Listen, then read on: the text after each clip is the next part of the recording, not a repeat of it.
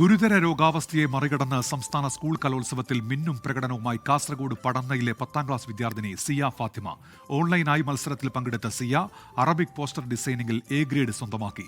ചരിത്രത്തിൽ ആദ്യമായാണ് സംസ്ഥാന സ്കൂൾ കലോത്സവത്തിൽ ഒരു വിദ്യാർത്ഥി ഓൺലൈനായി മത്സരത്തിൽ പങ്കെടുത്തത്.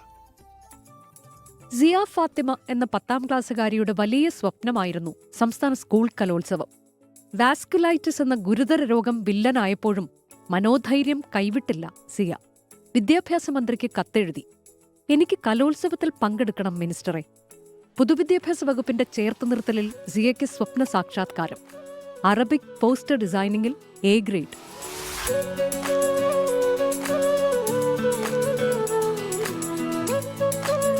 സിയ ഫാത്തിമ എന്ന് പറഞ്ഞ വിദ്യാർത്ഥിയുടെ അപേക്ഷയും ആ സ്കൂളിൻ്റെ അപേക്ഷയും എല്ലാം വെച്ച് നോക്കുമ്പോൾ ദയ അർഹിക്കുന്ന ഒരു ഹർജിയാണെന്നും അപേക്ഷയാണെന്ന് ഞങ്ങൾക്ക് ബോധ്യപ്പെട്ടു.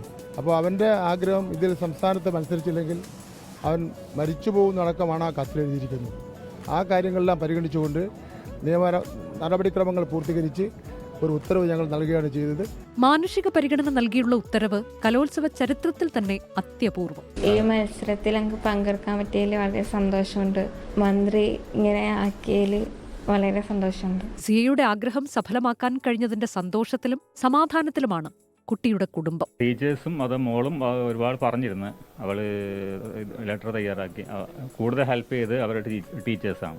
എങ്ങനെയെങ്കിലും ഇത് പങ്കെടുക്കുക എന്നുള്ളതാണ് അവളെ ഏറ്റവും വലിയ ആഗ്രഹം. അത് സാധിക്കുന്നതിന് വലിയ സന്തോഷം. സിയയുടെ ആഗ്രഹം പൂർത്തീകരിക്കാൻ അധ്യാപകർ കൂടി കട്ടയ്ക്ക് നിന്നതോടെ സംഗതി കളറായി. വിദ്യാഭ്യാസ മന്ത്രിയെ കണ്ട് സംസാരിച്ചപ്പോൾ നല്ലൊരു അനുകൂലമായ ഒരു സമീപനമാണ് വിദ്യാഭ്യാസ മന്ത്രിയുടെ ഭാഗത്തും അതുപോലെ വിദ്യാഭ്യാസ വകുപ്പിന്റെ ഭാഗത്തുനിന്നും ഉണ്ടായത്. വീട്ടിലിരുന്ന് കലോത്സവത്തിൽ പങ്കെടുത്ത സിയ ഫാത്തിമയ്ക്ക് ഈ എ ഗ്രേഡ് ഇരട്ടി മധുരമായി. സിയയുടെ മുഖത്ത് ഇന്നുണ്ടായ പുഞ്ചിരി കലോത്സവത്തിലെ ചരിത്ര ദിവസത്തിന്റെ അടയാളപ്പെടുത്തൽ കൂടിയാണ്. കലയ്ക്കൊപ്പം കരുതലും.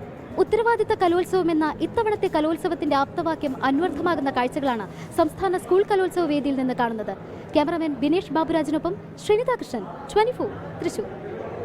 ലോകത്തെവിടെയായാലും ഏത് സമയത്തും 24 വാർത്തകളും ഓഗ്മെന്റഡ് റിയാലിറ്റി പാക്കേജുകളും എക്സ്പ്ലെയിനറുകളും വിശദമായി കാണാൻ ഞങ്ങളുടെ യൂട്യൂബ് ചാനൽ നിങ്ങൾക്ക് സബ്സ്ക്രൈബ് ചെയ്യാം.